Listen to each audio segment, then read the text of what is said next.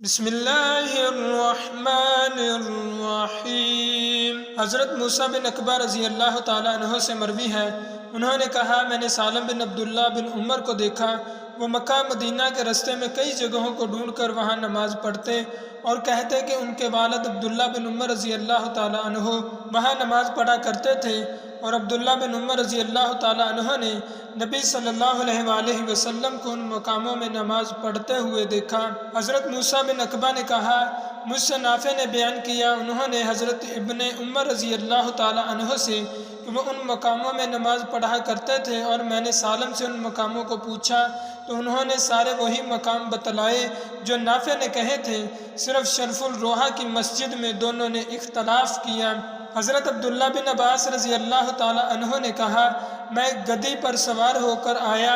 ان دنوں میں بالغ ہونے ہی والا تھا، اور رسول اللہ صلی اللہ علیہ وآلہ وسلم اس وقت منع میں نماز پڑھا رہے تھے،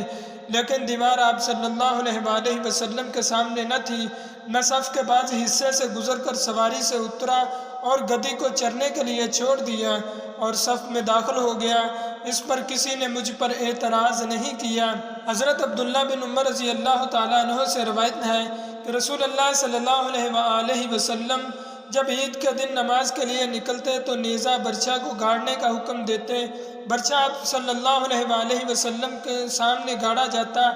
آپ صلی اللہ علیہ وآلہ وسلم اس کے سامنے نماز پڑھتے اور لوگ آپ صلی اللہ علیہ وآلہ وسلم کے پیچھے ہوتے، اور سفر میں بھی آپ صلی اللہ علیہ وآلہ وسلم ایسا ہی کرتے۔ حاکموں نے اسی وجہ سے برچھا ساتھ رکھنے کی عادت بنا لی ہے۔ عون بن ابی جحیفہ سے مروی ہے، انہوں نے کہا میں نے اپنے والد وہب بن عبداللہ سے سنا، وہ کہتے تھے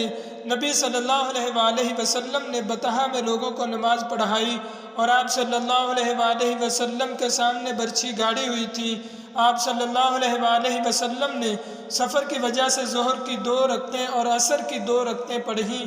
آپ صلی اللہ علیہ وآلہ وسلم کے سامنے سے عورتیں گدھے گزرتے رہے۔ حضرت سہل بن سعد رضی اللہ تعالیٰ عنہ سے روایت ہے کہ رسول اللہ صلی اللہ علیہ وآلہ وسلم کے سجدہ کرنے کی جگہ اور دیوار کے سامنے ایک بکری کے گزر سکنے کا فاصلہ ہوتا تھا۔